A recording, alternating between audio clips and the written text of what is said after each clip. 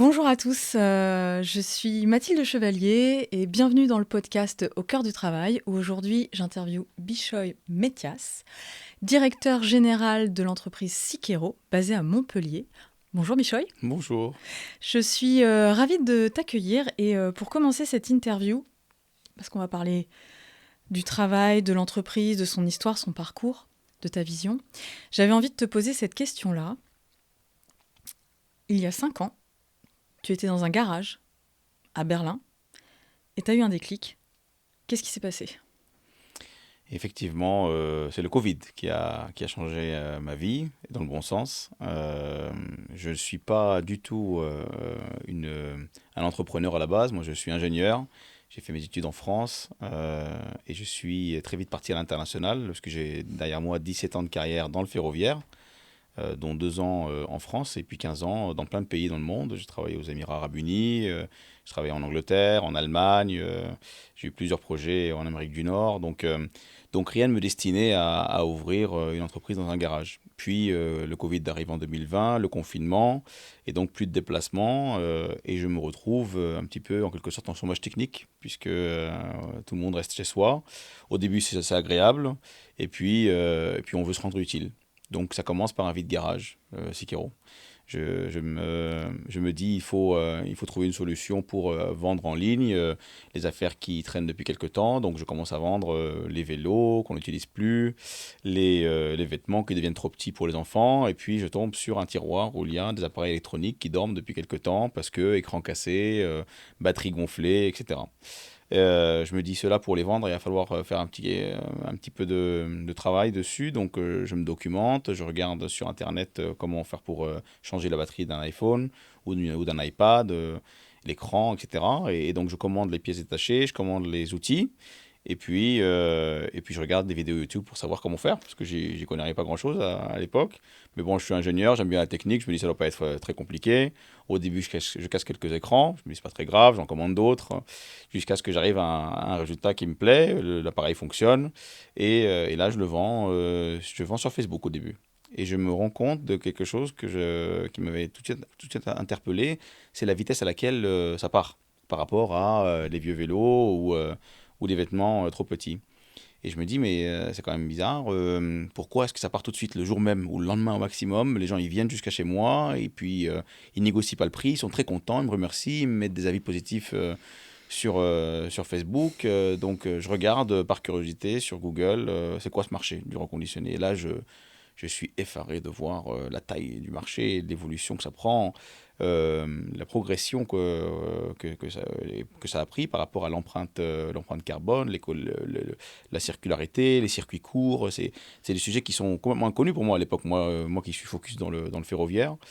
Et je me rends compte que c'est surtout un marché à 17 milliards d'euros qui grossit de 15% par an, qui a été initié à la base par Back Market, donc qui est l'idée par la France, mais qui est très présent en Allemagne, qui est très présent dans plein d'autres pays et qui a du succès parce que le consommateur européen, il veut contribuer à son empreinte carbone réduite, il veut contribuer à de la circularité, il veut contribuer à de l'écologie, puis aussi il veut faire des économies forcément par rapport à ce qu'il pourrait trouver dans le neuf et au prix de la marque qu'il ne veut pas payer forcément. Voilà, et donc et là je me dis, il y a quelque chose. Et c'est ça qui m'a mis le pied à l'étrier et qui m'a gentiment conduit à essayer. Et c'est comme ça que vraiment que Sekiro est né, c'est le Covid. J'aime beaucoup cette histoire parce que finalement, c'est de la curiosité, c'est l'envie de se sentir utile. Ouais. C'est quand même du bricolage où Ouais. tu expérimentes toi-même, parce que maintenant tu industrialises à grande échelle, donc tu sais de quoi tu parles, parce que tu l'as expérimenté. Et puis finalement, tu te rends compte qu'il y a une opportunité. Et j'aime beaucoup ça parce que dans l'état d'esprit entrepreneurial, finalement, ça part d'une idée assez simple. C'est qu'est-ce que je fais de ce qui est vieux, de ce qui est usé, de ce qu'on ne peut plus utiliser. Ça, c'est la première chose pour synthétiser ce que tu viens de dire. Et ce que j'entends aussi, c'est que en Europe, il y a une conscience, il y a une culture, une sensibilisation qui est déjà présente autour de l'obsolescence, de l'économie, évidemment, de gagner, enfin de faire des économies, mais de l'obsolescence et finalement de ces circuits de recyclage. Tu dirais que c'est présent en Europe? C'est très présent en Europe, effectivement. Alors, d'abord, par rapport à l'idée, oui, effectivement, on a tous beaucoup d'idées. Moi, j'avais eu beaucoup d'idées avant Sekiro, parce que j'ai grandi dans une famille d'entrepreneurs quand même, et donc je vois autour de moi des problèmes, et je suis ingénieur, donc un ingénieur, par définition, il trouve des solutions à des problèmes. Mais en 17 ans, j'ai jamais pris le temps de mettre mes idées à contribution pour la société, parce qu'on est toujours pris dans un engrenage. Je veux dire, on a les projets, les voyages, les enfants, les charges, et tout ça fait que bon, bah, on met les idées dans une boîte, hein, dans un coin de notre tête, et puis on se dit, bon, plus tard, quand j'aurai le temps. Et sauf que le plus tard ne vient jamais. Et C'est vrai. donc, et c'est pour ça que pour moi, vraiment, le déclencheur, c'était le Covid, puisque ça m'a obligé à prendre le temps et à aller jusqu'au bout de mon idée pour la première fois. Et ce qui montre qu'en fait, on est tous remplis d'idées qui peuvent être formidables, qui peuvent changer le monde. Mais si on ne prend pas le temps, si on n'a pas cette envie d'aller jusqu'au bout et de la mettre et de la faire pousser, de la faire germer, ben, finalement, ces idées, bah, elles périssent dans un Oui. coin de notre tête et ça, c'est dommage. Ce serait presque dans l'organisation de son temps, d'avoir un temps dédié à ça, Absolument. finalement. Tout Comment à je peux fait. m'engager, comment je peux être utile, Ouais. et comment je pourrais... tu vois, pour moi, ça ne doit pas seulement rester dans la tête de ce serait bien si je Ouais. mettais ça en place, c'est prendre le temps d'aller expérimenter, d'aller prototyper une idée et de voir finalement ce Ce qu'elle qu'elle vaut. ce qu'elle vaut, absolument, sans avoir peur de rater finalement. On n'est pas assez fort là-dessus en Europe, malheureusement. Ok. Alors de plus en plus, ça change depuis le Covid, justement, mais avant ça, c'est les Américains qui étaient les maîtres de cette approche, hein, cette technique d'aller jusqu'au bout de l'idée. Quand on regarde plein de startups, comment elles sont nées, Google, Uber, Airbnb et d'autres. On regarde, moi j'ai eu la chance d'aller visiter Stanford en Californie, c'est incroyable. Je veux dire, les étudiants sont poussés à ça, D'accord. à aller jusqu'au bout de l'idée et ne pas hésiter à sacrifier beaucoup de choses à côté, y compris leurs études, si l'idée fonctionne, parce que ça peut changer le monde. Et cette culture-là, qui est très américaine, on l'a pas eu assez souvent, je pense, en Europe. On est très axé sur les études, sur la façon très conservatrice Oui. d'aboutir à Très un académique. diplôme, et voilà, de manière académique, aboutir à un diplôme d'abord, et ensuite rentrer dans un grand groupe, et après proposer des idées, etc. Et donc, la culture de prise de risque Oui. n'existe pas autant qu'aux États-Unis. Et c'est dommage parce que je pense qu'on n'a pas à rougir de nos idées. Je pense qu'on a un continent qui a énormément d'innovation. Pendant des années, on était leader dans l'innovation. Regardez les industries qu'on a fait sortir, hein, à commencer par le cinéma, qui a trouvé le jour ici, l'automobile, pareil, c'est ici que ça a vu que c'est né, l'aéronautique, l'aérospatiale, les armements, enfin, tout ce qui est ingénierie, industrie, savoir-faire technique, on l'a ici. Et aujourd'hui, on a gentiment transféré ce savoir-faire il y a une vingtaine d'années par rapport à l'industrialisation de ce savoir-faire, on l'a transféré en Asie, c'est un fait. Et on se retrouve malheureusement sans notre savoir-faire. On se retrouve avec une petite innovation, mais qui n'est plus tellement une innovation. Moi, quand je regarde aujourd'hui le nombre de brevets qui ont été déposés par la Chine, uniquement en 2025, uniquement la Chine, 1 500 000 brevets Ouais, donc il y a de la déposés en prise de Chine. risque, il y a de la Donc, prise ah d'initiative, oui, il y a des tentatives en tout donc cas. absolument. Donc aujourd'hui, on est dans une situation où on avait cette innovation, on avait ce savoir-faire qu'on a transféré via l'industrialisation vers l'Asie. Et aujourd'hui, bah, ce savoir-faire, il est transféré avec. Puisque quand on reprend nos idées, on arrive à les industrialiser, on fait ce qu'on appelle du reverse engineering. C'est-à-dire que bah, on repart en arrière à partir d'un produit qui est dans nos mains, on comprend comment est-ce qu'il a été designé, comment est-ce qu'il a été conçu. Et à partir de là, bah, on innove par-dessus. Et donc, gentiment, depuis 20 ans, 25 ans, le savoir-faire s'est transféré en Asie. Et ça, c'est quelque chose que je trouve dommage. Parce qu'on a un terreau ici de matière grise qui peut apporter une connaissance supplémentaire, qui peut imaginer le produit de demain. Et on ne l'exploite pas assez, en tout cas. Et donc, c'est toute ma vision par rapport à ce projet Sekiro que j'essaie d'industrialiser. C'est pas seulement une industrialisation avec des machines qui répètent bêtement les mêmes tâches, c'est également une innovation très très concrète qu'on essaie d'apporter pour réalimenter le savoir-faire européen dans un domaine particulier, en l'occurrence ici le reconditionnement d'appareils électroniques, mais qui pourrait être, j'espère, copié dans plein d'autres domaines demain, pour qu'on puisse montrer au monde que l'Europe existe encore et qu'elle a ce savoir-faire à partager. Si j'ai bien compris, finalement, toi, ta vision, ce serait de retransmettre finalement cette méthode-là de prise de risque.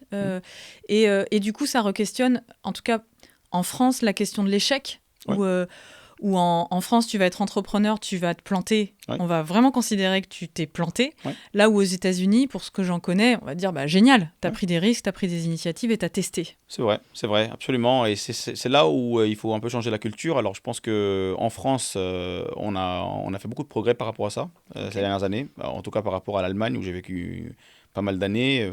Je pense que le gouvernement aujourd'hui incite les jeunes à y aller, et pas seulement avec des lettres d'encouragement. Hein. Il incite les jeunes avec des fonds, des subventions, avec des garanties françaises et européennes d'ailleurs. Et ça, c'est quelque chose qui est très rassurant, je trouve, parce que c'est comme ça qu'on arrive à tirer notre épingle du jeu par rapport à l'échiquier mondial. Hein. Aujourd'hui, on innove ou on crée les idées aux États-Unis, on les fabrique en Chine et puis on les réglemente en Europe. En gros, c'est ça qui se passe. Hein. Et ça ne devrait pas être ça. Ça ne devrait pas être que ça. Je pense que l'Europe a un rôle bien plus important à jouer que de la régulation et sortir des législations autour des produits et autour des services. Je pense que l'Europe a encore un rôle à jouer industriel et qu'il n'est pas trop tard pour se réveiller. Pour ça, c'est simple, c'est un petit peu les innovations et les outils qu'on met en place à travers France 2030, la BPI, les banques, les régions, les métropoles, les villes, et tous ces mécanismes qu'on a aujourd'hui, il faut les utiliser à fond, il faut les promouvoir pour que les jeunes déjà soient au courant, qu'ils puissent savoir qu'ils peuvent innover et qu'ils ont le droit à l'erreur, puisque la garantie, elle est une garantie européenne, elle est une garantie française. Donc allez-y, faites. Et puis, surtout, une fois qu'ils sont lancés, il faut les soutenir. Il faut qu'ils aient des pairs, des mentors, qui puissent leur dire attention, ce chemin-là, voilà où est-ce qu'il peut mener, où est-ce qu'il ne peut pas mener, voilà comment on peut t'accompagner pour couvrir tes points faibles, parce qu'un jeune qui démarre, il n'a pas forcément, il est expert dans un domaine particulier, mais il ne peut pas être expert partout. Oui. Et donc, il a besoin d'avoir du soutien pour ses angles morts. Et donc, ça, je pense que nos experts aujourd'hui et nos industriels peuvent apporter une pierre à l'édifice. Donc, il y a une belle histoire à raconter. Je pense qu'aujourd'hui, on a beaucoup de mauvaises nouvelles qu'on entend dans les journaux, avec les guerres, avec ce changement d'équilibre mondial qui est un peu déprimant. Et moi, j'aime pas ces messages. Je pense qu'à notre échelle, on peut jouer un rôle, et quand chacun jouera son rôle positif, bien, c'est toute une société qui change. Et j'en ai vu des sociétés qui ont changé. On regarde Israël, il y a quelques années, il n'existait pas. Aujourd'hui, on regarde Israël, ils sont dans une zone géographique qui est assez hostile, mais qui innove énormément. Beaucoup de nos technologies aujourd'hui viennent d'Israël. On ne s'en rend pas compte, mais parce quand on dit Israël, on pense aux guerres, etc. Oui. Mais c'est incroyable les innovations technologiques qu'ils font là-bas et les recherches et développements qu'ils font là-bas. L'Asie, pareil, on sous-estimait la Chine il y a quelques années avec le Made in chinois qui était plutôt le truc bas de gamme. Ouais, c'est vrai. Aujourd'hui, ils n'ont rien à apprendre sur les voitures, sur l'aérospatiale, sur le ferroviaire, sur les nouvelles technologies. Aujourd'hui, nos appareils électroniques sont à 99,9% faits là-bas. Donc, ça prouve une chose, ça prouve que quand on veut, on peut. Quel que soit le point de départ. Il peut être rien du tout, il n'existait pas sur une carte comme Israël il y a quelques années. Avant 1948, ça n'existait pas. Aujourd'hui, c'est là pour apporter quelque chose de nouveau pour le monde. Ça peut être un territoire qui existe mais qui n'a pas de valeur, ou qui a peu de valeur parce que peu d'éducation, et qui se transforme complètement. On regarde l'évolution de la Chine en quelques années est incroyable. Et aujourd'hui, je vous ai cité le nombre de brevets qu'ils ont déposés en 2025, mais je ne vous ai pas cité le nombre de brevets que les États-Unis ont déposés en 2025 et que la France a déposés en 2025. Ouais. Je dis 1,5 million brevets déposés en 2025 par la Chine, contre 500 000 seulement aux États-Unis, 50 000 en France. Oh, ah oui, les chiffres. Donc aujourd'hui, l'innovation et la recherche, elle n'est plus du tout ni en Europe, ni en France en tout cas, ni aux États-Unis, elle est en Chine. C'est là où l'avenir se construit aujourd'hui. Et donc, bon, on peut, alors on a deux choix, hein. Moi, on peut regarder ça et se dire, ah ouais, et puis les envier, et puis c'est tout, et ne rien faire. On peut regarder ça en disant, ah bah oui, mais c'est parce que, et puis on commence à montrer du doigt les dysfonctionnements de nos institutions. Et puis aussi, on peut regarder ça en se disant, mais ok, si eux, ils y arrivent, pourquoi pas nous? Oui. Voilà. Qu'est-ce qui marche? Voilà, et c'est cette option, moi, que je choisis. Et j'ai eu la chance d'avoir fait une carrière dans l'industrie, puisque j'ai passé beaucoup de temps dans l'industrie ferroviaire, en particulier en Allemagne, et je vois comment les Allemands travaillent avec leur rigueur, leur savoir-faire, leur technicité qui est incroyable. Et je vois aussi notre capacité d'innovation et de créativité qu'on a en France, qui est incroyable aussi. Et donc, je me dis, c'est pas possible qu'on reste comme ça, sans les bras croisés. Il faut que chacun y contribue. Donc, moi, je montre l'exemple avec modestie, bien entendu, avec ma petite structure. Mais je montre l'exemple pour qu'on puisse aller de l'avant. Justement, c'est une question que je voulais te poser. Tu as donc un parcours international avant entrepreneurial. Qu'est-ce que tu as gardé, qu'est-ce que tu aimerais partager de cette expérience, alors franco-allemande plus spécifiquement, mais à l'international? Comment ça t'a presque formaté, tu vois, dans le bon sens du terme, de pouvoir voyager et d'apprendre de l'autre? Bah déjà, il y a, dans mon parcours international, il y a d'abord une première observation, c'est que l'être humain veut bien faire. Vraiment. Merci de le dire. Et il y a une certaine honnêteté intellectuelle et il n'y a pas une culture meilleure que l'autre. Et il faut juste comprendre leur façon de penser, mais parce que fondamentalement, ils cherchent à bien faire. Ils cherchent à améliorer le monde dans lequel ils vivent. Et ça, c'est quelque chose qui est très important à comprendre, parce que dès qu'on le comprend, on accepte l'autre. Et la recette destructrice, c'est d'arriver en disant, moi, je fais comme ça, donc vous devez faire comme moi. Ça ne marche pas. La recette magique, par contre, c'est de dire, voilà, on veut faire quelque chose en commun. Je comprends que tu apportes une valeur et j'essaye de l'embrasser, cette valeur, de l'impliquer dans le processus global. De l'honorer presque. Et de l'honorer aussi, absolument. Et j'essaie d'apporter, moi, ma vision des choses et j'espère que toi aussi, tu vas l'accepter et la voir avec mes yeux aussi, de façon à ce qu'on puisse tous les deux faire quelque chose qui n'est pas forcément 100% ce que moi j'attendais, pas forcément ce que toi tu attendais, mais que ça contribue à ce que ça soit une valeur ajoutée pour le monde dans lequel on est. Et une fois qu'on a compris ça, on a tout compris. Ça veut dire aussi qu'il faut une certaine adaptabilité. Et c'est pour ça que j'ai réussi à apporter cette valeur ajoutée avec ma personne, puisque moi, je suis fils d'immigrés moi-même. Je suis né en Égypte, j'ai grandi en France, j'ai eu une carrière dans plusieurs pays à travers le monde. Donc, depuis de mon parcours même, je sais qu'aujourd'hui, il y a des choses qu'on peut faire quand je suis avec un Français que je ne pourrais pas faire quand je suis avec un Égyptien, qui serait mal vu dans sa culture, ou qui serait pas apprécié par un Allemand ou par un Anglais.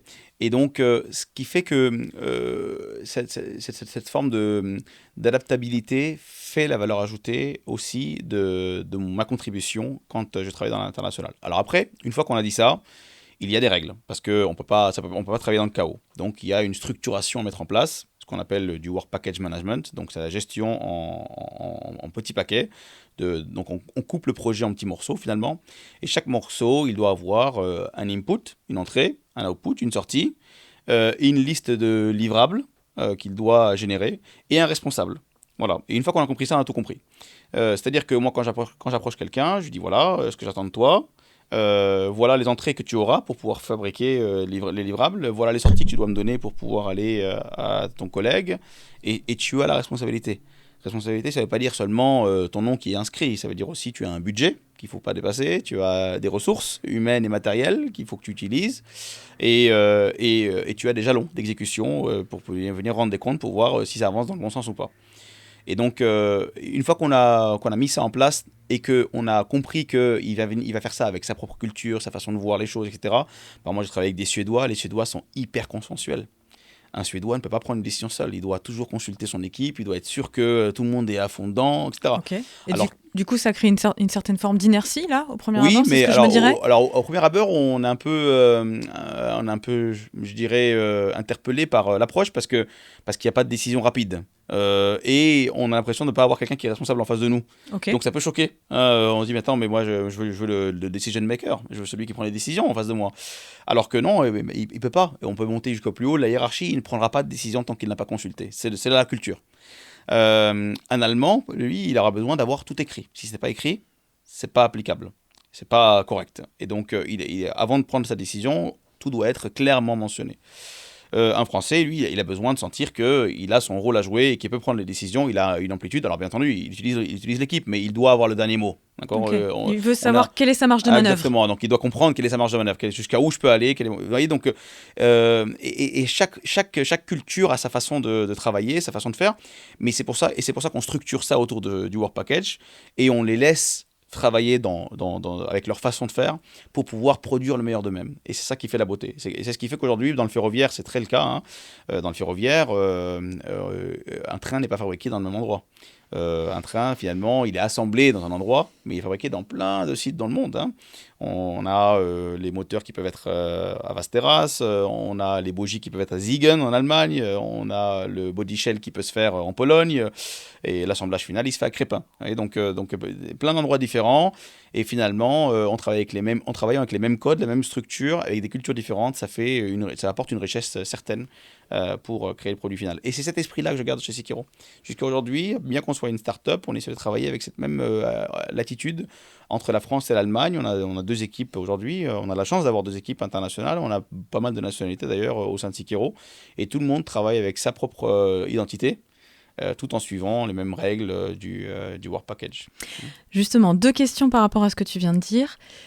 Ça a dû te demander peut-être que c'est intégré dans ta culture parce que tu as une vie à l'international, mais des éléments de communication, tu vois. Je cherche presque une méthode pour comment j'aborde la différence finalement. Tu vois, comment la différence, elle devient dans mon quotidien, dans mon travail, et comment j'aborde une culture qui est complètement différente de la mienne. Tu vois, parce que finalement, un signe de politesse dans un pays peut être mal interprété dans un autre. Comment tu navigues avec ça quand tu ne connais pas la culture ? Ça, c'est ma première question. Oui, alors, effectivement, les différences culturelles font qu'il faut qu'il y ait une certaine éthique de travail. C'est-à-dire qu'on doit un peu cadrer la façon avec laquelle on travaille. Il y a des cultures, par exemple, où on se fait la bise quand on va le matin, d'autres cultures où on ne se fait pas la bise. Et c'est pas parce que je t'apprécie pas, c'est juste que c'est pas dans ma culture. Il y a des cultures où on se touche quand on se serre la main, puis d'autres cultures, on se salue juste de loin. Et donc, on peut pas. Alors, l'avantage, c'est qu'on est encore petit. Et donc, on a une quarantaine d'employés aujourd'hui. Donc, on arrive à gérer ça de manière assez facile, puisqu'on arrive à les regrouper tous sous un même toit, puis on se parle, et puis ils se voient, ils se connaissent, ils communiquent entre eux. Donc, ils apprennent finalement à décrypter la notice culturelle. Exactement. On ne peut pas tout écrire noir sur blanc, etc. Donc, on essaye de faire le maximum de rencontres. C'est-à-dire qu'on essaie de nous rassembler une fois par trimestre pour pouvoir avoir des activités ensemble, et pas que des activités professionnelles d'ailleurs. On a des activités aussi de team building. On va faire des jeux ensemble, des jeux d'équipe, des jeux individuels, des jeux physiques. On bouge, on joue. Et donc, ces moments-là nous permettent de communier quelque chose et d'apprendre à aller vers l'autre et de casser finalement ce petit mur en verre qui pourrait exister. Finalement, quand tu as créé le contexte pour être en relation, finalement, quelle que soit la maladresse, ça s'exprime et ça se verbalise. Et ça se verbalise et ça se comprend finalement. Voilà. Ok. Et c'est ça qui fait la beauté. Alors, ça n'empêche qu'il peut y avoir des frictions, et c'est là où il faut intervenir. On y reviendra. Mais en règle générale, l'être humain, comme je le disais au début, il veut apporter sa pierre à l'édifice, il veut que le monde soit meilleur. Et donc, ça se sent quand on interagit avec le collègue ou la collègue. Une deuxième question par rapport à ton parcours dans le ferroviaire, qu'on avait échangé lors de l'entretien préparatoire. Qu'est-ce que tu gardes, encore une fois, comme méthodologie de travail grâce au ferroviaire, de ton expérience? Qu'est-ce que tu gardes de ça? Alors, une méthodologie très structurante chez Sekiro que j'ai prise très clairement du ferroviaire. Quand ça marche bien, moi je copie, je réinvente pas la roue. C'est le concept des gate review. Alors, comment ça fonctionne ces Get Review? C'est très simple.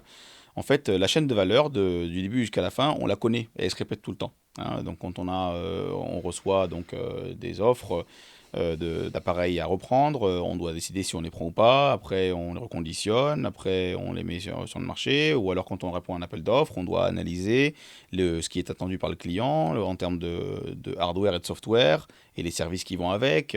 Donc, il y a pas mal c'est très routinier. C'est toujours les mêmes choses qui reviennent. Et donc, une des méthodes qu'on avait dans le ferroviaire, c'était la méthode des gate reviews, c'est-à-dire à chaque étape de la chaîne de valeur, je dois faire un stop. Je dois analyser les données que j'ai en ma main pour savoir si je continue ou pas, parce que c'est des coûts si je continue. Et donc, est-ce que ça vaut toujours le coup de continuer ou pas? Et si je décide de continuer, quels sont les risques que j'accepte de prendre ou pas? Et donc, ça me permet de passer à l'étape suivante. Et sachant qu'à chaque étape, je peux très bien décider que là, j'arrête. Là, maintenant, le risque est trop important, ou les coûts deviennent démesurés, Donc, il peut y avoir pas mal de décisions qui me permettent de dire, OK, j'ai dépensé, mais j'arrête de dépenser jusqu'à présent parce que je ne pense pas que ça va aboutir dans le bon sens pour l'intérêt de l'entreprise. Et donc, c'est exactement ce concept-là qu'on met en place chez Sekiro, du début jusqu'à la fin, avec des concepts de principe de go-no-go dans des phases particulières dans notre chaîne de valeur. Puisque très tôt chez Sekiro, pour garder cet esprit qualitatif qui nous différencie, hein, une des raisons principales de notre croissance, c'était la maîtrise de la qualité. Ouais. Puisque dans le reconditionné, malheureusement, c'est un peu la jungle. Ouais, Hein, ça peut être aléatoire. On ne sait pas sur quoi on tombe. Ouais, et puis en tant que consommateur, on se demande sur quoi finalement on va tomber, Absolument. comment ça a été refait. Ouais. On n'a pas toute la chaîne finalement. On n'a pas la du chaîne, produit. on n'a pas la transparence, on ne voit pas ce qu'on fait. Donc, et c'est des produits qui sont extrêmement importants pour nous. Aujourd'hui, un téléphone, c'est important. Je veux dire, quel que soit notre âge, qu'on soit très jeune, donc préadolescent ou dans l'adolescence ou jeune adulte ou même les seniors, aujourd'hui, sans téléphone, on est un peu perdu. Hein, c'est notre moyen de communication, mais pas que. C'est aussi notre mémoire. Aujourd'hui, les mots de passe, on les enregistre dans les téléphones. C'est aussi nos souvenirs, nos photos, les photos de nos enfants, de nos petits-enfants, ils sont dans le téléphone. Ils sont plus dans les albums comme c'était avant. Nos comptes en banque sont dans le téléphone. Nos clés de maison, nos alarmes sont désactivées depuis le téléphone. Enfin, il y a plein de choses qui se font à partir des appareils électroniques. Et donc, aujourd'hui, c'est devenu un outil indispensable, sans lequel on est vraiment perdu. Je pense qu'il y a plusieurs études qui montrent que si aujourd'hui vous partez sans votre téléphone le matin et que vous vous trouvez en plein milieu des bouchons, vous ferez demi-tour pour aller récupérer. C'est à ce point-là. Hein. Donc on a compris ça. On a compris ça et on a voulu se différencier très vite avec l'aspect qualitatif de notre reconditionnement pour donner confiance aux consommateurs, pour dire voilà, quand vous achetez un produit Sekiro, c'est pas du reconditionné. C'est finalement, c'est du certified pre-owned. C'est certifié. Vous avez le petit tampon Sekiro qui vous dit, vous inquiétez pas, on a tout revu dans le détail, on fait passer l'appareil dans plus de 60 points de contrôle. C'est traçable. D'ailleurs, on vous le montre, puisqu'il y a le fameux QR code dans la boîte. Vous scannez le QR code et vous allez voir tout ce qui s'est passé sur cet appareil que vous venez d'acquérir chez nous. Et puis, avec les chiffres, on le voit. Vous avez un appareil neuf chez Apple où il y a 1,3% de retour pour des problèmes de qualité sur le neuf. Vous avez de l'autre côté du back market ou des places de marché en général où vous avez 20% de retour pour des problèmes de qualité. Et puis, vous avez Sekiro qui est à moins de 2%. Donc la véritable alternative au neuf, finalement, aujourd'hui, c'est des gens qui sont comme Sekiro, qui entre guillemets, qui se salissent les mains, qui vont aller reconditionner et qui vont garantir eux-mêmes la qualité, puisque c'est eux-mêmes qui font. On n'achète pas à quelqu'un pour revendre, comme une place de marché. Non, nous, on achète, on reconditionne nous-mêmes, on met l'estampille Sekiro sur chaque appareil qui sort avec le fameux QR code et on met sur le marché. Et ce gage qualité, eh bien, il se paye. C'est pas facile de garder cette traçabilité, cette qualité tout au long d'une chaîne de valeur avec des quantités qui augmentent de mois en mois. Donc comment on fait pour gérer ça? Eh bien, on contrôle chaque aspect de notre chaîne de valeur avec ces fameux go-no-go, avec ces fameuses get review qu'on appelle. C'est très rapide, hein. Des fois ça peut être un email, des fois ça peut être une petite réunion d'une demi-heure, juste pour dire voilà où j'en suis par rapport à mon budget, voilà où j'en suis par rapport à mes coûts, est-ce que je continue ou pas? Et c'est très important de savoir si on continue ou pas. Un exemple très clair, c'est un téléphone qui arrive dans les mains du testeur, il fait le test, il voit énormément de choses à reconditionner. Alors, il peut décider de bâcler. Par exemple, 3 microphones. Sur les 3 microphones, il y en a un qui ne marche pas. Il peut dire, allez, je ferme les yeux. Il y en a 2 autres qui fonctionnent. Ça passera. Ça C'est passe. ce que 80% ou 90% de mes concurrents font. Eh bien, chez Sekiro, ça ne passe pas. Ça ne passe pas parce que si le téléphone est designé avec 3 microphones, eh bien, les 3 microphones doivent fonctionner. Ils ont chacun une utilité. Et donc, quand il y a trop de réparations à faire sur un appareil et que ça devient économiquement pas viable, eh bien, on décide, au lieu de bâcler, on peut décider de l'utiliser comme pièce de rechange. C'est ce que j'allais te demander. Voilà. Ok, on va dire que tu réduis les déchets, puisque vous reconditionnez alors, aujourd'hui, c'est 10 000 par mois, oui. 10 000 produits par mois, avec un objectif de 100 000 d'ici 2030. Oui, c'est ça. Du coup, les déchets, quelle réutilisation des déchets vous pouvez faire? Donc, ce que vraiment vous ne pouvez pas reconditionner, qu'est-ce que vous en faites? Voilà. Donc, ça commence par la fameuse décision, au go, no go, là. L'appareil, un iPhone 11 aujourd'hui, si ça me coûte 400 € pour le réparer, ça vaut pas le coup. Parce que ça dépasse largement le prix de l'appareil aujourd'hui sur le marché. Donc, ce qui est décidé, c'est que cet appareil-là, il sort du circuit de reconditionnement et il va aller dans un autre circuit qui est circuit pièces détachées. Et donc, on va le cannibaliser, cet appareil. On va utiliser toutes les pièces détachées dedans, qui sont des pièces originales, de bonne qualité, qui fonctionnent. Eh bien, on va les reprendre pour pouvoir les réutiliser dans d'autres appareils qui sont en cours de reconditionnement. Okay. Ça va être la première étape. Mais la deuxième étape, on ne s'arrête pas là. Si l'appareil, il a un écran qui est cassé ou un appareil photo qui a un défaut, eh bien, on ne va pas se contenter de jeter cette pièce pour la remplacer. On va aller chercher à reconditionner la pièce elle-même parce qu'on veut réduire au maximum les déchets qui sont émis par l'électronique. Et donc, on a développé un savoir-faire grâce à un département interne recherche et développement. On a quelqu'un qui est full-time dessus, qui fait que ça, qui fait que de la recherche, quelqu'un qui a 17 ans d'expérience uniquement là-dedans, qui est formé des formateurs, qui a vraiment une excellente technicité et un savoir-faire reconnu par ses pairs. Eh bien, cette personne, elle est là uniquement pour aller développer des moyens de reconditionnement que nous, nous ne maîtrisions pas. Un exemple, qu'il a développé pour Sekiro, c'est l'écran. L'écran aujourd'hui, 99% des cas, un écran cassé n'est pas vraiment cassé. Donc 99% des cas. Un réparateur lambda, il va voir l'écran cassé, il va enlever l'écran, il va le mettre à la poubelle, il va prendre un nouvel écran, hop, et il va le remettre dans les mains du client. Nous, ce qu'on fait, c'est que l'écran qui est cassé, là, on va le regarder, et puis on va se rendre compte que finalement, ce qui est cassé, c'est la vitre qui est dessus. La vitre est cassée, mais le LCD lui-même est intact. Okay. Le Face ID est intact, le Touch ID est intact. Il y a deux couches. C'est la première en superficielle. Exactement, qui est en superficielle, qui elle casse en premier. Et tout ce qui est en dessous, toute la technologie qui est en dessous fonctionne parfaitement. Le Touch, le True Tone, le LCD, tout ça c'est intact. Et en fait, ce qui nous a mis la puce à l'oreille derrière ça, au passage, c'est nos amis chinois qui venaient nous voir et qui nous disaient on vous rachète vos écrans cassés. Et moi, dans ma tête, je dis bon, je ne connais pas grand-chose, mais un Chinois qui me rachète quelque chose, il va sûrement faire quelque chose, à en tirer. Ouais. Et c'est ça qui a attiré ma curiosité. Vous avez compris, depuis mon garage, je suis assez curieux. Donc dès que je vois quelque chose, je fouine un peu, je creuse. Et c'est là où on s'est rendu compte que finalement, il y a une réparation à faire sur les écrans.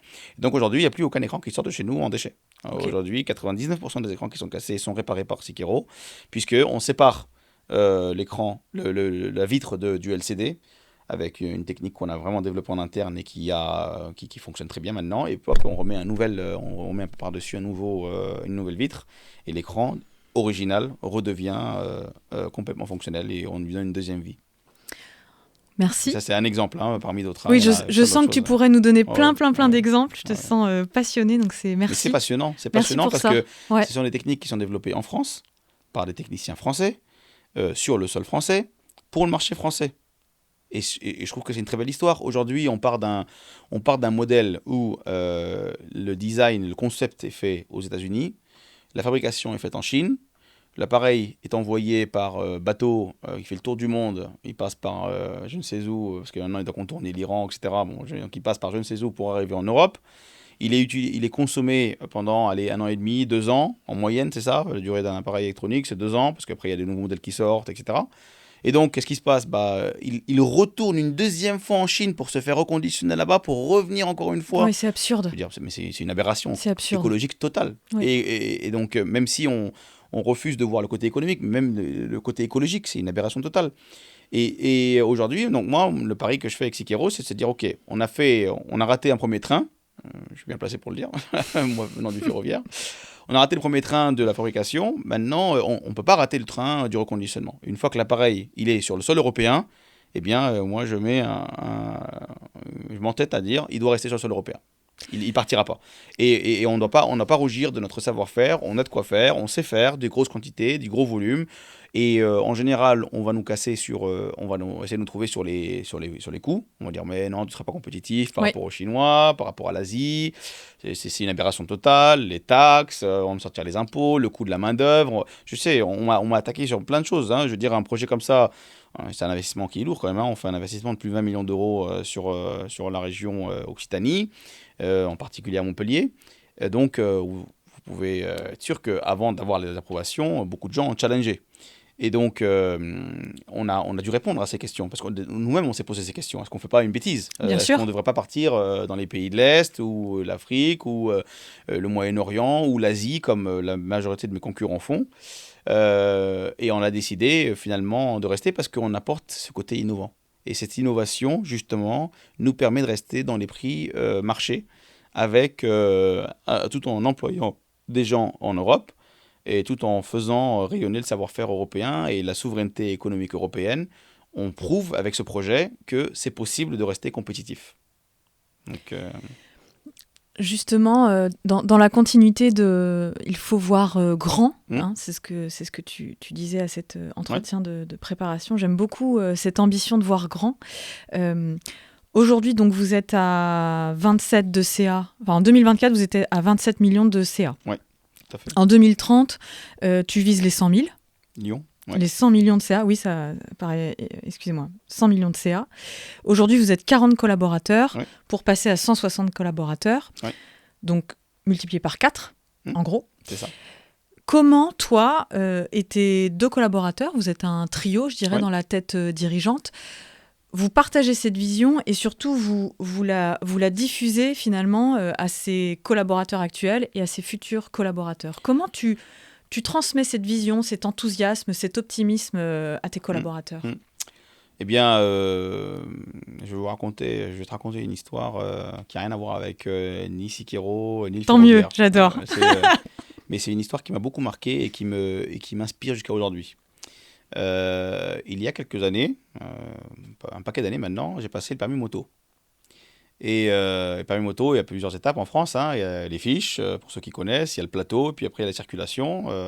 Et donc j'arrive au plateau et je bloque sur une chicane où il faut faire passer la moto, un virage assez serré. Et à chaque fois, je touchais, je n'arrivais pas à faire passer la moto, elle ne suivait pas. Et donc, au bout de plusieurs essais, je commençais à déprimer autour de ça. Je dis, mais c'est pas possible, j'essaye, j'applique, ça marche pas. Et le moniteur, il me dit quelque chose qui m'a marqué à vie. Il me dit, écoute, je vais t'expliquer quelque chose, et essaye, tu verras. Pour que la moto suive la trajectoire, il faut que tu la guides, non pas avec les mains, ni même avec les pieds, il faut que tu la guides avec tes yeux. Je dis, mais comment ça avec tes yeux ? Il me dit, regarde, passe le virage la prochaine fois, et au lieu de regarder le virage, regarde où tu veux mener la moto. Juste regarde. Et quand tu fixeras le point d'arrivée, ta moto suivra. Je dis, pas possible. Et j'essaye, et ça marche. Mais du premier coup. Et depuis, j'ai jamais raté mon virage. J'adore. Et je trouve ça extraordinaire comme conseil, et que j'applique jusqu'à aujourd'hui avec mes équipes dans le ferroviaire et mes équipes chez Sikero. Il faut toujours avoir l'œil sur la destination. Ouais. Et quand on garde l'œil sur la destination, tout le reste suit naturellement. Ouais. Et donc, c'est ce qu'on fait avec Sikero depuis le début. On a commencé dans un garage, mais moi, quand je recrutais mes gens, je ne les recrutais pas pour qu'ils viennent travailler dans un garage. Je les recrutais pour qu'ils viennent embrasser une vision. Ouais. Et prendre le pari avec moi que ce Sikero d'un garage, il sera aujourd'hui plus grand et demain encore plus grand. Et il sera un des champions européens. C'est ça que je partage avec mes équipes à chaque fois, tous les jours. Et c'est ça que mes équipes, ils suivent aujourd'hui. Et ils sont acteurs parce qu'ils y croient. S'ils ont décidé de venir, c'est qu'ils y croient. Vous parlez de mes collaborateurs. Mon premier collaborateur, Romain, quand il m'a rejoint, c'était pour m'aider à designer un site internet. À la base, c'était ça. Hein. Ce que je voulais vendre sur internet. Une fois que j'avais fait Facebook, je me suis dit, autant le faire depuis mon site. Et donc, je l'appelle, il me dit bah, pas de problème, moi je sais faire des beaux sites, je vais venir t'aider. Et puis, au fur et à mesure, avec nos discussions, avec les visions, avec ce qu'on s'est mis en tête, il a dit mais attends, mais c'est génial, j'ai envie de faire plus. Le deuxième collaborateur, c'était un autre fournisseur, à Romain et moi. Il nous a rejoint un an après. Il nous vendait des téléphones et puis il voyait les commandes qui grandissaient de plus en plus. Et il partageait un petit peu avec nous quelques discussions téléphoniques. Et puis au fur et à mesure, il se rend compte que c'est une entreprise dans un garage. Hein, et on lui dit voilà, on n'a pas à rougir de ce qu'on est. Voilà, on a commencé ça tout doucement, tous les deux. On fait ça en parallèle de notre travail respectif. Et puis ça monte, etc. Et il décide de nous rejoindre. Et je me souviendrai toujours, Florian, quand il est arrivé pour l'entretien, donc il arrive avec son costume, sa petite mallette, et puis il rentre et il arrive à l'adresse, et donc c'est l'adresse d'une maison. Oui. Et donc il rentre et il voit un garage, et il vient d'une boîte qui fait quand même, à l'époque, qui fait 20 fois plus de chiffre d'affaires que nous. Et puis je me souviens encore de la tête qu'il a fait, quoi. Ouais. Alors qu'il savait, je veux dire qu'en venant, mais c'est une chose de l'entendre et une autre C'est une chose chose de de le le voir. vivre Hein, et de le voilà. voir. Et donc, mais encore une fois, il est venu et il a pris le risque de venir parce qu'il a embrassé la vision. Ouais. Il a regardé la sortie du virage et donc il a suivi avec nous. Et il ne regrette pas. Aujourd'hui, on fait du chiffre d'affaires qui est supérieur à son ancien employeur et on a une ambition d'aller bien au-delà parce qu'on n'essaye pas d'entourlouper le consommateur. On n'essaie pas d'entourlouper le process. On n'essaie pas d'aller plus vite que la musique. On cherche juste à faire les choses bien et faire les choses correctement. Et on a une vision en tête dès les premiers mois de la création, c'est une vision industrielle. Ça, c'est quelque chose Oui. c'est une sorte de réflexe que moi j'ai. C'est que à chaque fois qu'on met en place un process, on le met en place avec la vision De l'industrialiser, Voilà. c'est-à-dire de le développer à Exactement. grande échelle, Exactement, toujours. qui est la source, enfin qui est l'étymologie du mot industriel. Voilà. C'est faire à grande échelle. Exactement. Donc on ne fait pas juste pour faire, on fait dans l'objectif de ok, et ça, si c'est une bonne idée, ça doit être répétable et ça doit être avec la même qualité à n'importe quelle quantité. Et c'est ça qui a fait notre force. C'est ça qui a fait qu'aujourd'hui, moi quand j'ai commencé à parler avec mes premiers clients, je me souviens très bien, je veux dire, on n'était rien. On arrive, on n'a pas de nom, on n'a pas de stock, on n'a rien du tout. Et on essaie de leur raconter une histoire. Mais bon, un industriel ou un grand client, un grand compte, il a besoin de faits quand même. Et donc, les premières fois, effectivement, je me souviens très bien que c'était notre propre argent qu'on avait investi pour acheter le stock et pour lui dire, voilà, on a reconditionné, vous savez quoi, on vous l'envoie, vous payez rien, on vous l'envoie, vous le testez, si ça vous plaît, vous le gardez, si ça vous plaît pas, vous nous le renvoyez. C'est un énorme risque hein, pour un petit garage, je veux dire, mettre 30 ou 40 000 euros d'argent personnel, j'en connais pas beaucoup qui le feraient. Hein, et on l'a fait, Romain et moi, on a commencé au début comme ça. Et ces mêmes clients, quelques mois plus tard, allez, un an et demi plus tard, c'est ces mêmes clients qui nous passent des commandes aujourd'hui à 1,2, 1,3 millions d'euros d'un coup. Parce que la confiance s'est créée, le contact s'est créé, ils ont vu. Mais c'est très difficile d'honorer une commande de 50, 60 000 euros que d'honorer la même commande à 1 million. Parce que ce que je dis toujours, hein, ce qu'on fait chez Sikiro, c'est qu'on a réussi à trouver une recette de grand-mère qui fait des très bons burgers. Et cet hamburger, il plaît beaucoup aux voisins, à la famille, etc. Génial, on a une super recette. Mais c'est une autre histoire d'ouvrir un McDonald's qui débite Ouais. sans hamburger, avec le même goût, le même aspect, la même technicité, à grande échelle. Et c'est ce qu'on est en train de faire aujourd'hui. C'est le fameux virage qu'on prend avec Sikiro. Ouais. C'est comment passer d'un garage à des centres de reconditionnement qui restent quand même artisanal, hein, il faut le dire. Hein. Aujourd'hui, on n'a pas des robots et de l'IA qui reconditionnent. Ça reste de l'humain. Alors, c'est bien plus grande échelle, bien entendu, que mon garage de départ, mais ça reste quand même de l'humain. Et là, mais on a réussi ce virage, ça a marché. C'est ce qui nous a permis de passer de 0 dans un garage en 2020 à 27 millions d'euros de chiffre d'affaires en 2024. Et maintenant, le pari que je suis en train de prendre, et qui, je l'espère, les prochains mois, les prochaines années, j'espère, me donnerait raison, c'est de dire, voilà, on a fait 27 millions, maintenant comment est-ce qu'on monte à 100 millions, à 150, à 200, à 300 millions d'euros? Eh bien, il faut passer par de l'automatisation, de l'industrialisation, de la robotisation, de l'intelligence artificielle. Il faut utiliser tous les outils qu'on a en Justement, disposition. j'allais te poser une question parce que tu l'as abordé sur l'intelligence artificielle. Comment tu vois les métiers de demain dans Sikero Ouais. avec l'intelligence artificielle? Elle a toute sa place, toute sa place. Aujourd'hui, moi je vois ça comme un changement qui va être une révolution, un peu comme la révolution industrielle qu'on a connue il y a quelques années. Ça ne veut pas dire que ça va supprimer des jobs, ça veut juste dire que ça va transformer la façon avec laquelle on aborde le travail. Et et c'est une vague qui, soit on la prend et on surfe dessus et on devient un champion, soit on la prend en pleine face et elle nous tue. Ouais. Je pense qu'il y aura pas de troisième option. Hein. Il faudra trouver une façon de dialoguer avec, de pianoter avec.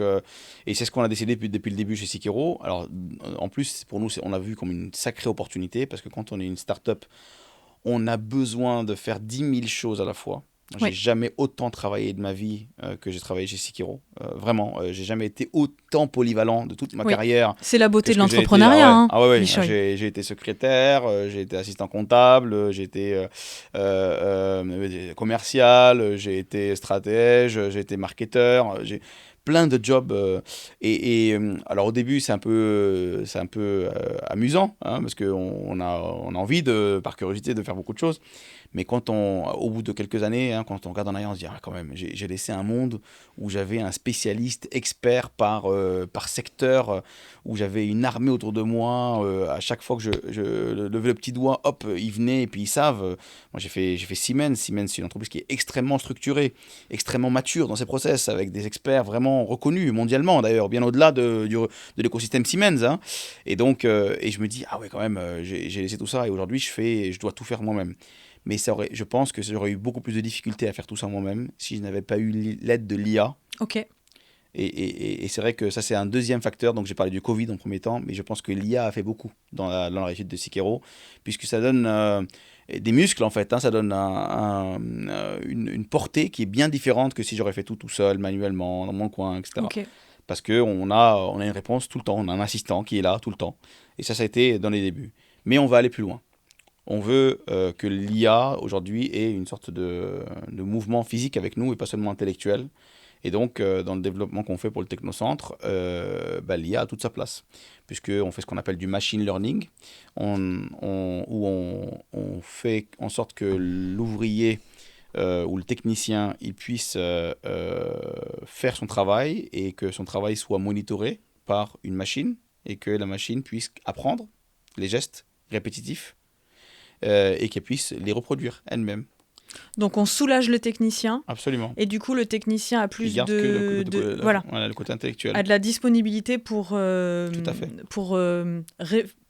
Pas tant pour réfléchir, mais pour s'assurer que tout se passe bien. Voilà, ça le soulage. Absolument. Ce serait aujourd'hui, ça. Mais en fait, il y a le côté humain fait que ça peut jouer en la défaveur de la qualité. Hein, on est à la recherche, vous l'avez compris, hein, oui. La recherche continue, la qualité, et on veut garder ça comme notre signature.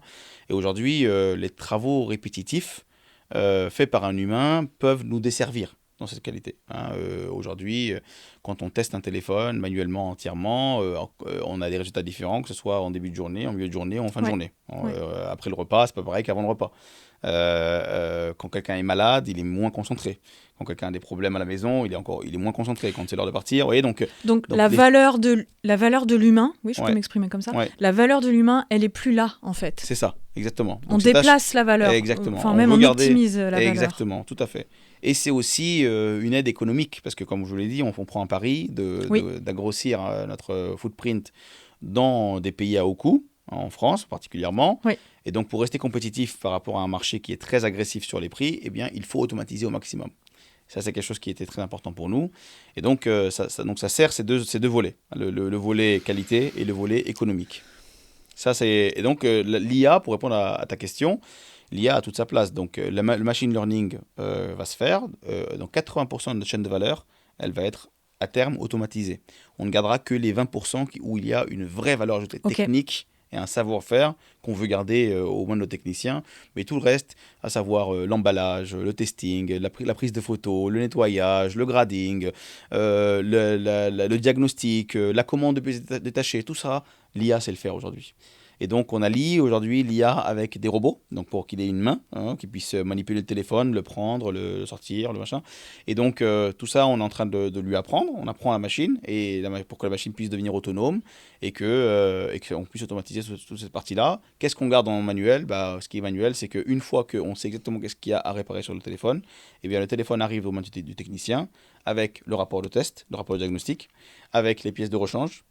et idéalement un téléphone qui est préouvert Oui, il a son par la kit machine. Voilà, un prêt, kit clé en main. exactement, clé en Et main. Il prend le bac et donc il intervient, il fait sa réparation, il referme et hop, il le renvoie aux mains de la machine pour qu'on pour le repasse test. une testing, voilà, pour être sûr que les réparations sont bien faites et que l'appareil est apte à aller au marché. Pour synthétiser cette première partie, moi, ce que j'entends, c'est que finalement, vous avez l'agilité d'une start-up et vous avez les process d'un gros groupe. Tu vois, il y a C'est vrai. et c'est cet C'est équilibre-là vrai. entre différentes cultures, hein, entre la grosse Ouais, boîte et la start-up, qui fait que vous êtes très agile absolument. et dans une innovation finalement pionnière en Europe. Moi, C'est c'est comme vrai, ça que je c'est le vrai. résumerais. C'est vrai, c'est assez pionnier. Enfin, en tout cas, oui, c'est assez inédit par rapport à un marché qui est relativement jeune. Et c'est vrai que ça a attiré l'attention de la France en particulier, puisque nous sommes avec ce concept-là que je viens de t'expliquer. On est lauréat France 2030, appel à projet première usine. Donc c'est quand même un titre assez sympa, hein. Il y a eu, je crois, plus de 2000 participants, applicants en tout cas, pour ce programme, et seulement 30 entreprises qui ont été lauréats. Et Sekiro en fait partie, donc c'est une certaine fierté. Et justement, tu le dis, on l'a préparé, tu disais que dans les soutiens institutionnels, vous avez les financements FEDER, Oui, donc financement de l'Europe, oui, financement France, donc à travers ce lauréat, la région, la métropole de Montpellier. Donc finalement, les institutions vous suivent. Moi, j'aime bien absolument. cette image, tu vois, d'un projet qui vient du bas, qui est porté par le bas, Oui. et qui finalement est suivi par les institutions. Je Ah crois oui, beaucoup à ce modèle-là, tu vois, où c'est nous, citoyens, qui allons impulser oui. finalement les transformations de demain. Absolument, ça c'est une grande fierté pour nous d'ailleurs, hein. Les institutions ont très vite compris le potentiel qu'il y avait derrière, ils ont très vite compris le marché. Et donc je tiens à saluer d'ailleurs le soutien, mais presque inconditionnel de la région, de la métropole. C'était incroyable. Je veux dire, Montpellier, la région Occitanie, n'ont pas mis que des paroles. Je veux dire, Oui, ils ont pas dit bravo, continuez. Ils n'ont pas écrit des lettres de recommandation. Non, ils ont mis la main à la poche, ils sont allés taper aux portes de l'Europe, ils ont soutenu le projet fermement pour que ça passe à l'échelle nationale et à l'échelle européenne, parce qu'ils comprennent, ils ont très vite compris que la souveraineté européenne ne se rêve pas, elle se mm, construit, d'accord, et elle se construit à travers des projets tels que ceux de c'est ça. Sikiro. Et donc aujourd'hui, effectivement, on bénéficie de subventions de la part de la région et de la métropole. On est lauréat France 2030, appel à projet première usine. Donc ce prix apporte aussi une aide financière, hein, c'est pas Bien sûr. seulement une reconnaissance honorifique. On a eu un soutien de la BPI, la Banque publique d'investissement, qui est un établissement extrêmement reconnu par Oui. tous les banquiers, toutes les banques régionales et nationales. Et donc ce soutien nous a ouvert, bien entendu, nous a donné une crédibilité auprès des banques pour pouvoir financer le reste du projet. On a fait un apport personnel, bien entendu. Romain, Florian, moi-même, on a tous contribué personnellement pour montrer qu'on y croit à ce projet. Mais surtout, voilà, on a eu aussi des financements des banques locales et régionales et nationales. Et tout ça fait que, voilà, il y a eu une équipe qui s'est formée autour de ce projet, une équipe de gens qui croient en l'avenir du reconditionné, qui croient en la beauté de cette circularité, de ces circuits courts, de cette empreinte carbone qui va être réduite considérablement. Chaque appareil qu'on met sur le marché a une réduction d'empreinte carbone de 77 kg de CO2 pour un téléphone et de 129 kg de CO2 pour un iPad. C'est considérable. C'est énorme par Vous rapport au voyez, neuf. aujourd'hui, les appareils qu'on vend, rappelez-vous le chiffre, hein, 10 000 appareils par mois Oui. vendus. Demain, avec le Technocentre, au jour de l'ouverture, on aura 40 000 appareils reconditionnés qui sortiront du Technocentre. Le Technocentre est designé pour faire jusqu'à 100, voire 120 000 appareils par mois.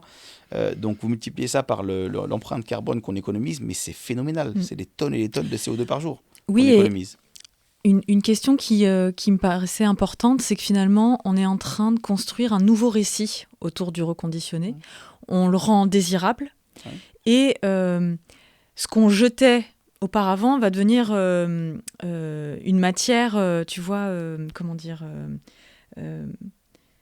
ça va devenir une richesse en fait. Absolument. Là où on jette sans conscience Ouais, presque, là aujourd'hui on va se dire avec ça on peut récupérer et on peut réutiliser. absolument. Comment tu vois toi ces nouveaux récits autour du recyclable, autour du reconditionné, de la récupération des déchets, de cette valorisation? Comment on construit ce récit? Ouais. Tu as dit le mot, hein, c'est désirable.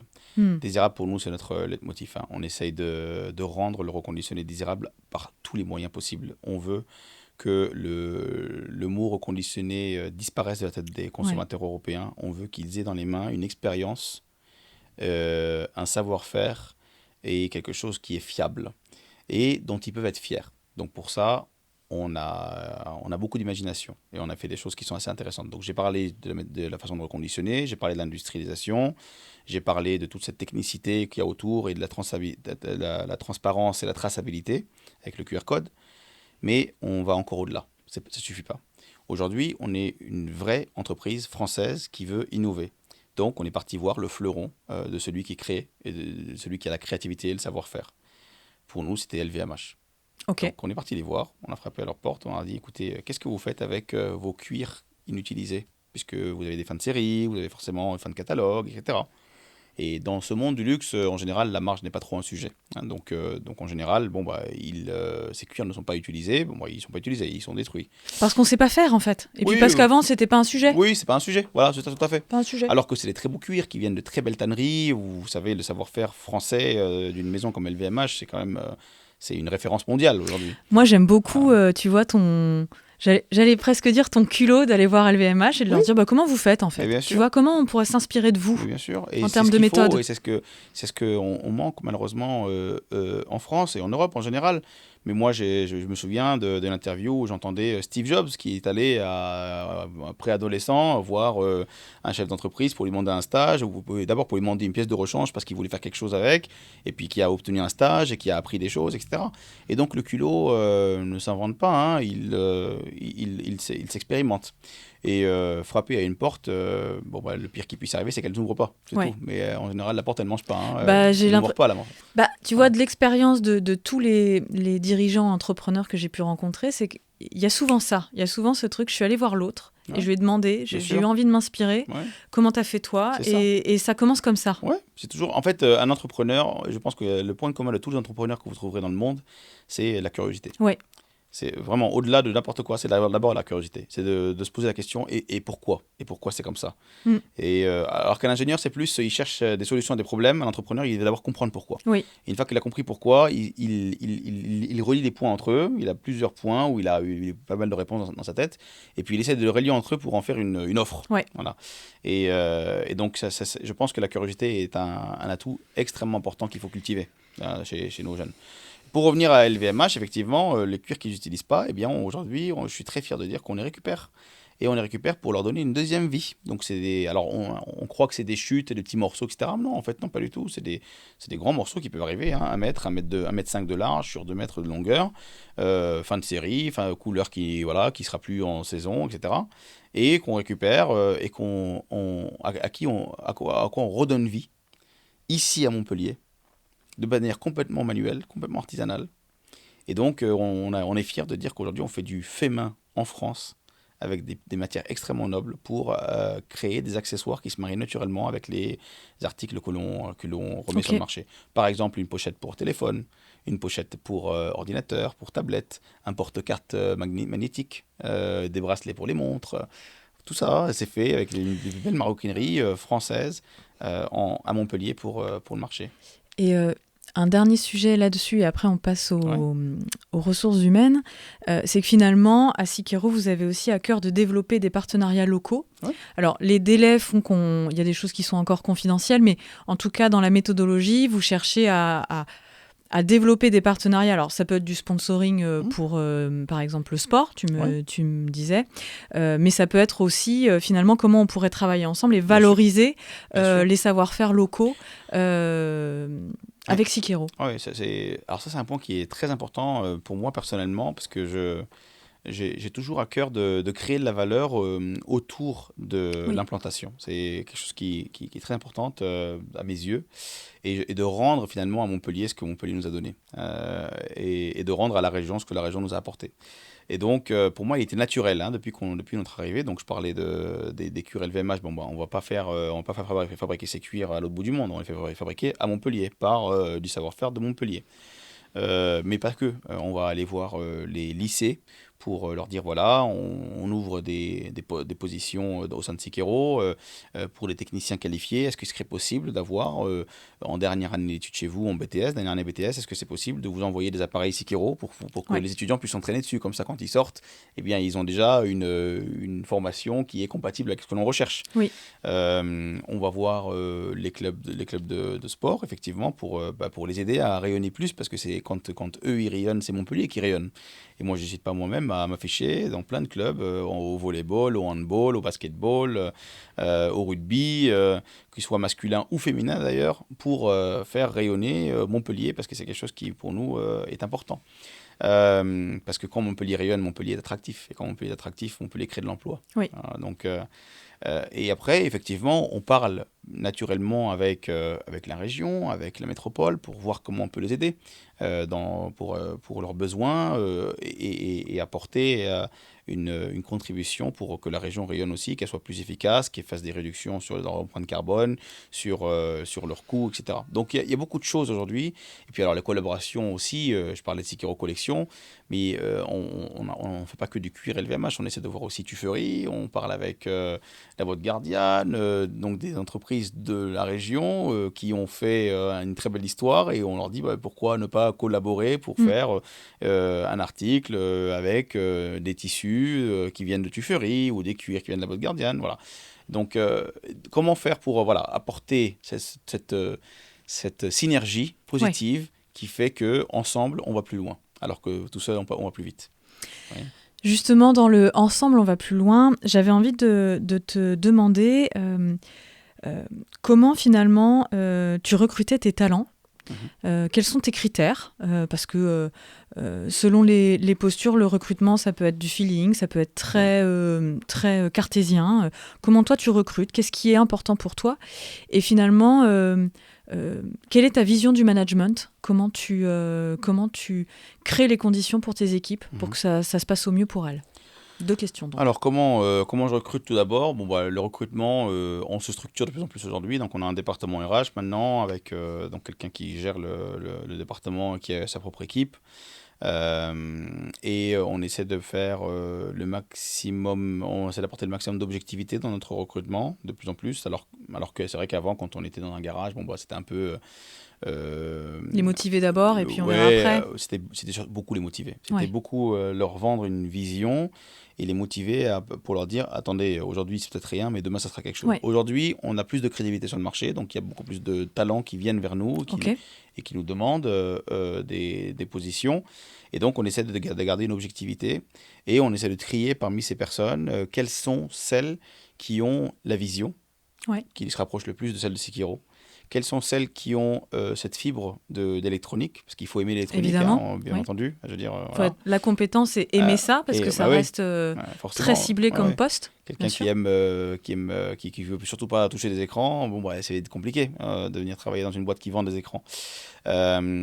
Qui a l'aspect RSE, l'aspect écologique, circularité, que ça doit être... Donc il y a une sensibilité au RSE, c'est important. Assurément. Mais bien sûr, parce que si on l'a pas, on peut pas la véhiculer, on peut pas la transmettre.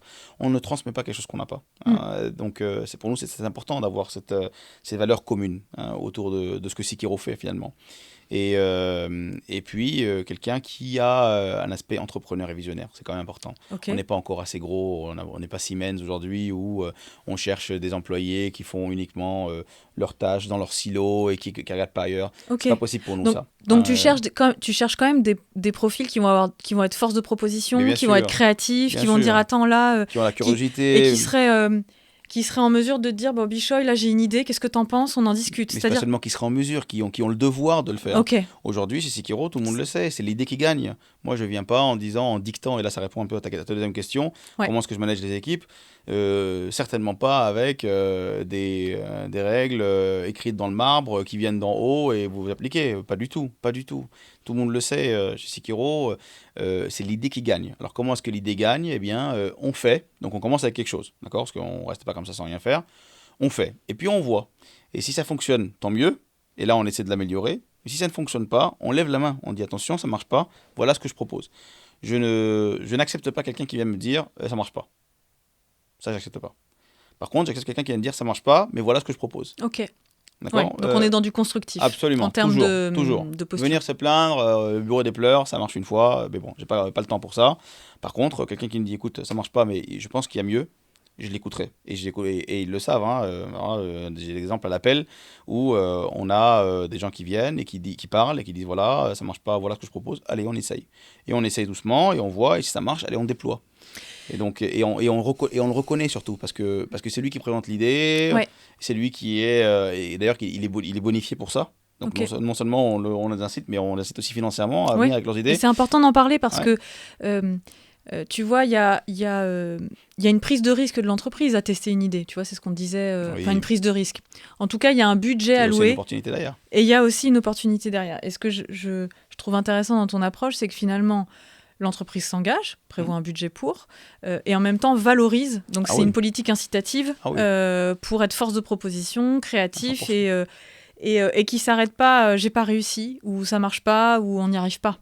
C'est finalement qu'est-ce qu'on cherche derrière. Absolument, c'est quelque chose qui a été très vertueux pour l'instant pour nous. Et je veux le garder de cette manière. Sikiro doit rester dans son esprit une start-up, même quelle que soit la taille qu'elle va prendre. Aujourd'hui, on est dans une position de scale-up, c'est-à-dire qu'on est en train de monter en puissance sur les volumes, etc. Voilà. Mais je tiens à garder cet esprit start-up qui a fait notre succès et qui fera notre succès de demain. Et cet esprit start-up, il se conditionne à ce que chacun se sente écouté, et pas seulement avec des mots, mais avec des faits. Et que chacun ait sa place. Et moi, je dis toujours, aujourd'hui, chez Sikiro, vous avez la possibilité de faire autant d'erreurs que vous voulez. Autant d'erreurs que vous voulez. La seule condition, c'est que chaque erreur, vous avez le droit de la faire une fois. Oui, c'est ce que tu m'avais dit. Cette phrase, elle m'a marqué dans notre première rencontre. C'est que tu disais, finalement, il faut créer les conditions. Manager, c'est créer les conditions pour laisser les gens performer, les laisser pouvoir faire des erreurs, mais jamais deux fois la même erreur. J'aime beaucoup cette approche. Et ça, c'est quelque chose qui a fait notre force aujourd'hui. C'est ça qui fait qu'on arrive à avoir autant d'innovation et autant de croissance parce qu'on essaye. On reste pas sur un truc qui marche et on le garde. Ça a rendu fou d'ailleurs notre business angel au début. Il disait mais vous êtes fous. Il faut surtout n'allez pas sur les terrains inconnus. Vous avez un truc qui marche, surtout gardez-le. Et moi je lui ai dit mais surtout ne pas faire ça parce qu'on ne sait pas encore, on n'a pas encore tout exploré. C'est un marché qui est immense. Il faut qu'on aille, il faut qu'on essaye et puis il faut qu'on rate. On a plein de ratés dans le chemin, c'est pas grave. Mais à chaque fois qu'on rate, on réagit vite. C'est ça qui fait notre force aussi. C'est comme on a une force de frappe qui est extrêmement transparente et agile, on voit tout de suite si ça marche ou pas. Et si ça marche pas, on arrête immédiatement. Oui, une autre phrase que j'avais gardée, c'est finalement, on est hyper rigoureux sur les process et ça nous permet d'être souple avec les hommes. C'est-à-dire que vous avez votre process pour tester finalement les appareils, vous avez vos process pour tester les idées, ça marche pas, ça marche pas, on réessaye autre chose. Et ça permet finalement une atmosphère de travail où on peut tester. Tu vois, ce que j'entends dans le Business Angel, c'est finalement, on bouge surtout pas parce qu'on pourrait se planter. Absolument. Au contraire, allons nous planter parce qu'il y a une opportunité, comme tu le disais, derrière. Et pour la gestion de carrière, mais tu vas me dire si je me trompe, ce que j'imagine, c'est que finalement, tu peux être technicien à Sikiro et avoir des tâches extrêmement répétitives, les fameux 20% que l'IA ne traitera pas, mais tu as cette opportunité de tester de nouvelles idées, de proposer de nouvelles choses, parce que la tête dirigeante dont tu fais partie, elle est à l'écoute et même elle impulse ça. Ce serait ça le secret ? Mais c'est ça, là j'ai cité tout à l'heure l'exemple de l'écran. Mais l'écran, c'est venu comme ça. Je veux dire, une discussion avec des techniciens qui me disent on a trouvé des solutions pour nos écrans cassés, nos Chinois viennent nous racheter. Et en discutant, il dit mais je pense qu'ils doivent faire quelque chose avec. Je dis ah bon, c'est vrai. Et donc c'est de là où est venue l'idée. Mais qu'est-ce qu'ils feraient à ton avis? Il me dit je sais pas, mais forcément regarde, ils peuvent pas acheter comme ça partout. Moi je pense que je pourrais essayer, si tu veux, je pourrais essayer de voir qu'est-ce qu'ils font. Je vais me documenter un peu. Et c'est comme ça qu'on économise énormément d'empreintes des kilogrammes de carbone par jour grâce à une discussion comme ça avec quelqu'un dans un couloir. Voilà. Et ça, si on ne donne pas l'opportunité de générer ce genre de discussion, c'est ça. Eh bien, on reste coincé dans ce qu'on fait tous les jours et on oublie. C'est ce que j'allais te dire. C'est que finalement, si tu ne crées pas le climat de confiance pour que tes salariés te partagent le terrain, je pense que, comme à l'échelle de Sikiro pour les institutionnels, les salariés et le terrain, ramène la richesse Bien à sûr, Sikero. bien Tu sûr. vois, ça Et la vient de richesse, ceux elle est qui là. font. Bien sûr, ils le savent, la richesse, elle est dans leurs mains. C'est eux qui savent qu'est-ce qu'il faut faire.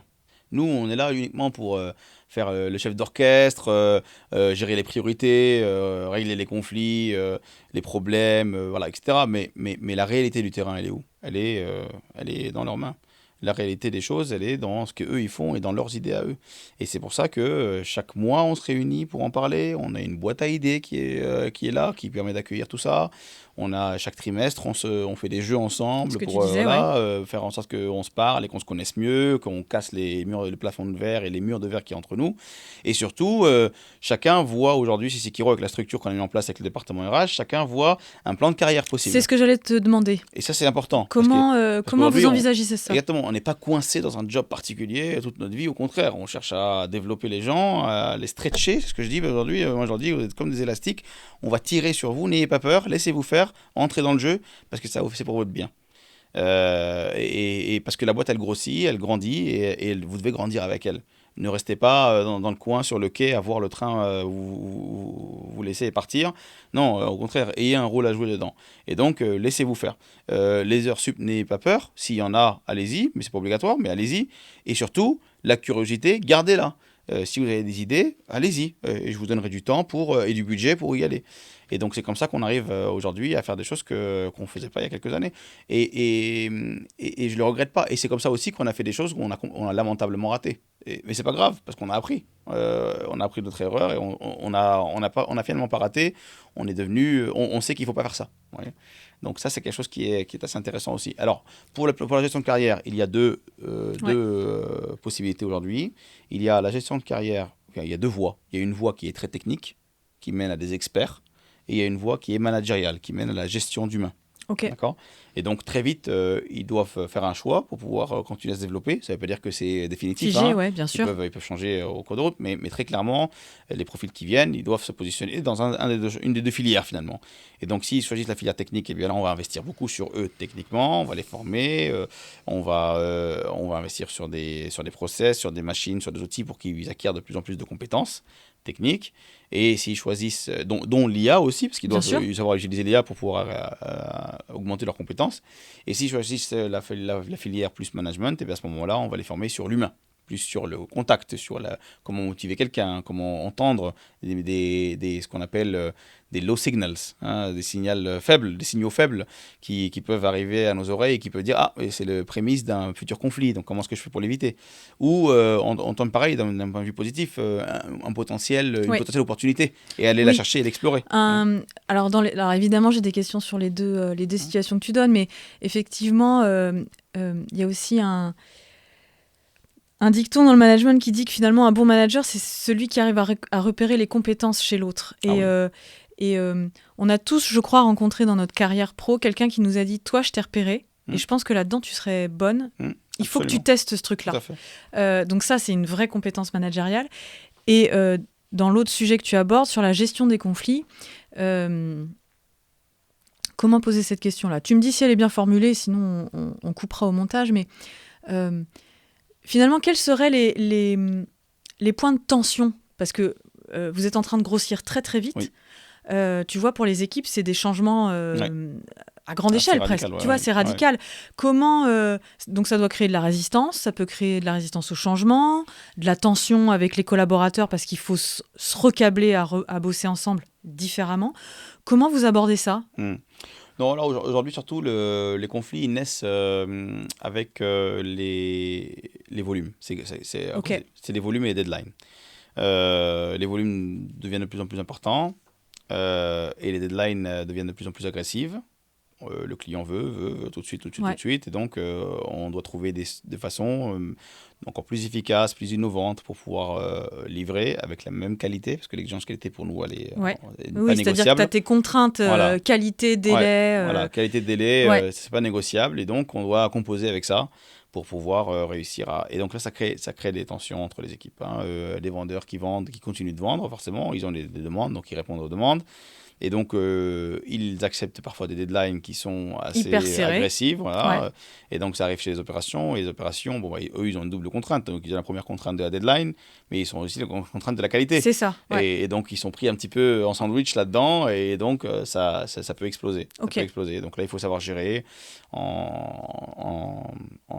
avec parcimonie, avec un peu de sagesse, pour savoir écouter l'un et écouter l'autre. Il ne faut pas se mettre l'un contre l'autre. Il ne faut pas se mettre dans une position particulière parce que ça peut créer des tensions, en plus des tensions déjà Oui, existantes. c'est-à-dire que essayer de prendre parti Bah pour l'un oui, et pour l'autre, surtout pas. surtout pas. C'est pas. finalement Ouais. comment, avec ces contraintes, comme tu dis, agressives, Ouais, trouver des on façons arrive, de faire. voilà, on arrive Des à compromis. continuer à dialoguer, en fait. C'est ça, continuer à dialoguer, trouver des compromis, savoir essayer de renégocier avec le client quand c'est possible, avoir un peu d'imagination sur ce qu'on pourrait faire pour donner la même qualité avec des manières un peu plus rapides. Voilà, donc c'est tout ça qui rentre en compte.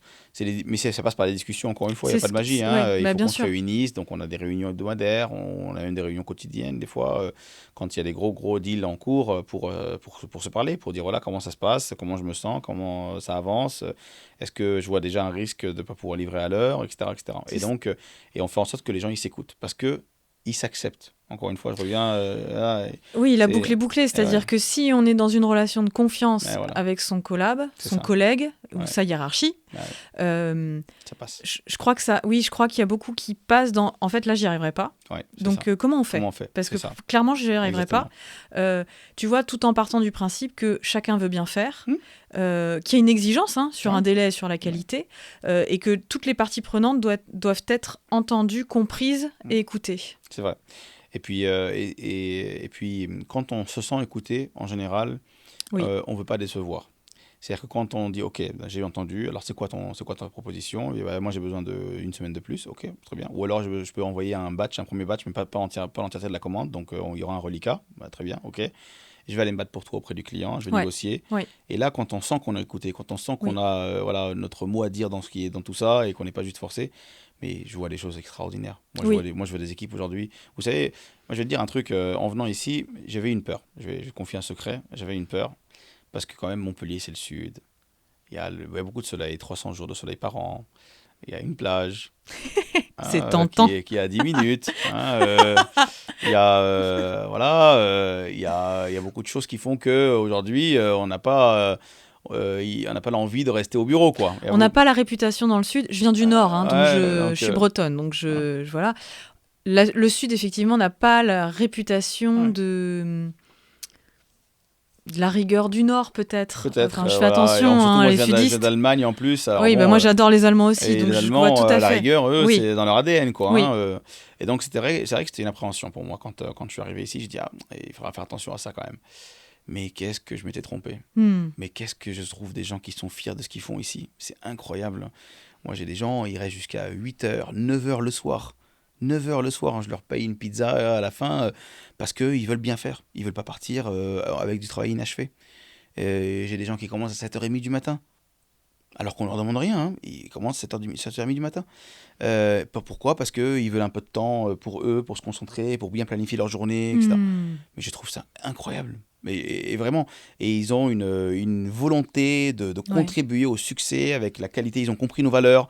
Et donc, ils ont compris qu'on veut que le consommateur soit fier de ce qu'il a, ils veulent eux aussi être fiers de ce qu'ils produisent. Et c'est incroyable. Donc, moi, vraiment, en tout cas pour le moment, c'est une très mauvaise image qu'on a du Sud par rapport au le sudiste qui ne travaille pas, qui est à la plage à 3h. C'est pas vrai. Oui, qui est en dilettante. Moi, c'est pas ce que j'ai vu. Et ce que j'entends aussi dans ce que tu dis, c'est que finalement...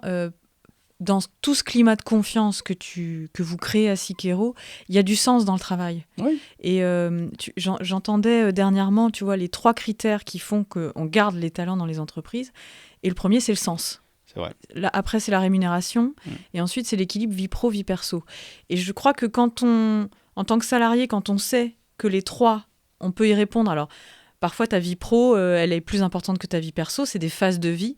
Mais j'ai l'impression qu'il y a cette écoute, en tout cas à Cicero, que vous cherchez en tout cas à valoriser vos talents, tout à fait. À les garder. Jusqu'à maintenant, on investit sur les gens. On investit sur les gens qui viennent, qui nous rejoignent. On investit en temps, on investit en argent, On investit parce que ils sont valorisés, parce qu'ils font partie d'un même cercle. Je dis toujours, chez Sekiro, on est une équipe. Alors, une équipe, c'est pas une famille. Attention, il y a une différence. Il y a des patrons qui disent ouais, on est une famille. Mais non, on n'est pas une famille. Parce qu'une famille, on ne choisit pas son frère, on ne choisit pas son père, on ne choisit pas son fils. Donc, c'est pas la même chose. Une équipe, par contre, on choisit. Donc nous, chez Sekiro, on l'assume. On choisit les gens qui nous rejoignent parce qu'ils partagent une valeur, ils partagent une hargne de la gagne, du dépassement de soi, une volonté de réussir, une volonté de faire une différence, une volonté finalement de rendre ce monde meilleur et de redonner à l'Europe la souveraineté qu'on lui doit finalement. Hein. C'est cette Europe, cette belle Europe, on est de loin. Et puis, je suis bien placé pour le savoir. Hein. J'ai vécu dans pas mal, j'ai vécu aux Amériques. J'ai vécu au Moyen-Orient, j'ai visité plusieurs fois l'Asie, et je peux vous dire que de loin, je ne partirai pas de l'Europe. Et maintenant, je ne partirai plus de Montpellier. C'est de loin une très très belle destination. Donc on a cette richesse aujourd'hui, eh bien à nous, et c'est pour ça qu'on choisit de manière très scrupuleuse les personnes qui nous rejoignent, de faire rayonner cette Europe et ce savoir-faire européen. Et donc on choisit des gens qui ont cette envie, qui ont les talents, mais d'abord l'envie, parce que les talents peuvent se développer en interne. Hein. Oui. D'abord l'envie, et les valeurs qu'on partage, et les talents, et la volonté de faire et de rayonner. Et ça, c'est quelque chose dont vraiment je suis très très très fier de l'équipe qu'on a aujourd'hui qui font ça. Hein. C'est incroyable. Bishoy, un mot de la fin. Comment tu te sens là déjà ? Je me sens rayonnant. Je suis amoureux de Montpellier et de l'écosystème de Montpellier. Je sens qu'on est en train de faire quelque chose qui va avoir un énorme impact, vraiment. Je suis extrêmement fier de ce qu'on a construit jusqu'à présent. Et d'ailleurs, je ne m'empêche pas de le dire tout le temps, partout. Mais j'ai encore faim. J'ai hâte de voir. J'arrive pas. Je suis très impatient de voir ce technocentre enfin ouvrir, de voir tout ce qu'on a rêvé depuis des mois et des mois en réalité devant nous, en train de fonctionner, de voir ces gens qui nous ont fait confiance dans leur nouveau poste de travail, avec leur équipe respective. Et j'ai hâte de voir des produits qui sortent de Sekiro pour la région, pour la métropole, pour la France, pour l'Europe. J'ai hâte de faire de ce projet le champion européen du reconditionné premium. Ce sera le mot de la fin. Merci. Merci Bishoy pour ton temps. Merci à toi pour ton accueil. Merci pour cette sincérité et cette transparence sur ton projet, sur ton activité. Merci. Je te souhaite le meilleur et rendez-vous en 2030. Absolument. Déjà rendez-vous en 2027 avec l'inauguration du Technocentre. Alors rendez-vous en 2027, j'espère bien. Et moi je suis impatiente de voir en 2030 où tu en seras avec Sekiro. Merci. Merci pour tout.